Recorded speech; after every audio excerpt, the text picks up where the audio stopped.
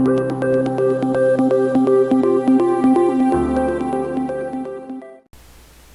everybody, this is Stephanie from Urban Cream Pie. Welcome back to Wyoming.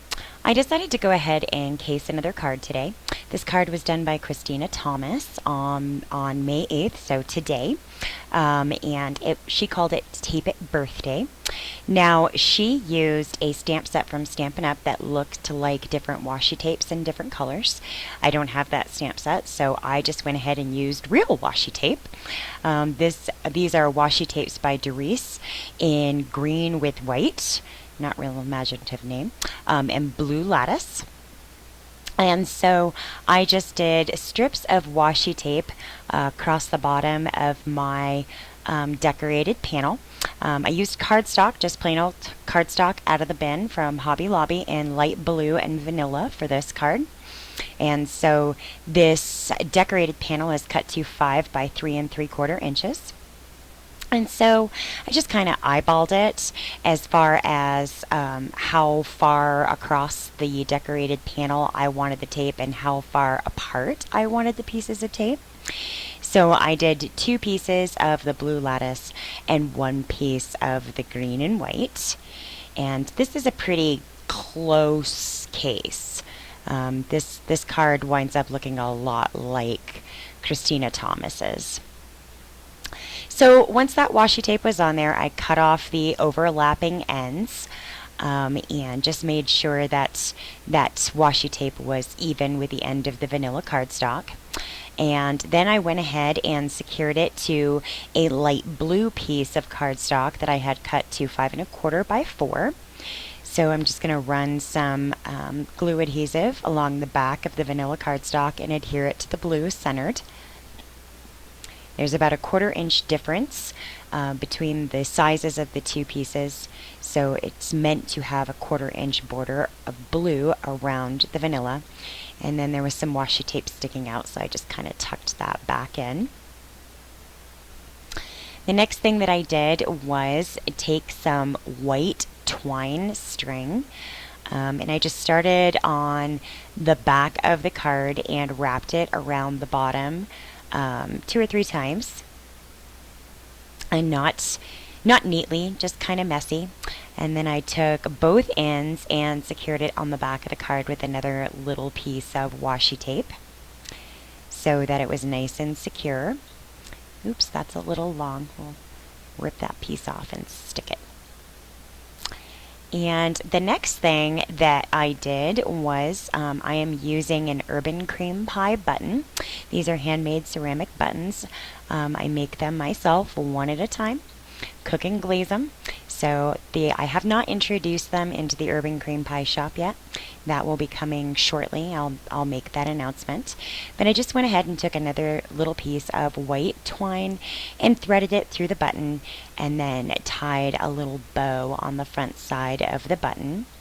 Had a little bit easier time with the twine than I did the DMC embroidery floss earlier today. Just made my little bow and cut off the tails as soon as I liked the size of the bow.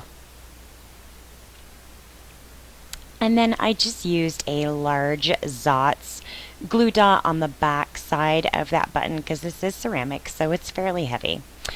So I used a large Zotz glue dot on the back of that and then secured it over the twine on the card, just off to the side so I had room to add my sentiment. And my sentiment, I'm stamping on just a scratch piece of light blue cardstock. I'm using a sentiment that says "From the Heart," and that's from that Stampability set right there. See the yellow tag up in the corner? I got that sucker on sale. I'm stamping it in Memento dye ink in rich cocoa. And so I just took my little strip of scratch paper in the light blue color, inked up my little stamp. Now this one is so tiny and the writing is so fine. You don't need a lot of ink and you just need to touch it down very lightly. And now of course my strip is too long. So I'm going to need to take my new X-Acto scissors and cut it to length. And then just to give it some added interest, I did put a little pennant flag detail on the end.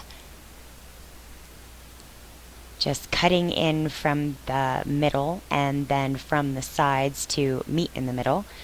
Didn't really get it all the way to the middle there apparently, but there we got it. Okay, so now we are going to take and just kind of tuck that sentiment under the button, and we'll get some little foam squares to put on the end of that little pennant just to pop it up a little bit. Nothing crazy. We're just going to pop it up, and I only put the foam squares on the one end because I'm tucking the other end underneath the button. The foam squares on the end will hold it if it just happens to come out from under the button, but it's pretty well tucked under there. I'm not worried about that happening. And so then I used some foam tape. My first roll there ran out, so I had to open up the second one. I knew I was getting close, but I didn't realize I was that close. So just use some foam tape. This is really inexpensive classroom foam tape. It's kind of a son of a gun to get the backing off of every now and again, but otherwise it works really nicely and provides just the right amount of pop for what I'm looking for. And so you'll notice though that I do have a little bit of trouble getting that adhesive backer off. It likes to tear, but I'm willing to work with it to not spend more than about $1 on a roll of adhesive foam tape. Then I'm just going to go ahead and adhere that to my standard size card base in vanilla cardstock. It's an A2 card measuring 5.5 by 4.25. Centering that on there. I've been very proud of myself today, doing pretty well with the centering. And that completes this case. Thanks very much for hanging out with me today. We're always glad to have you here in Wyoming, and we will talk to you again real soon.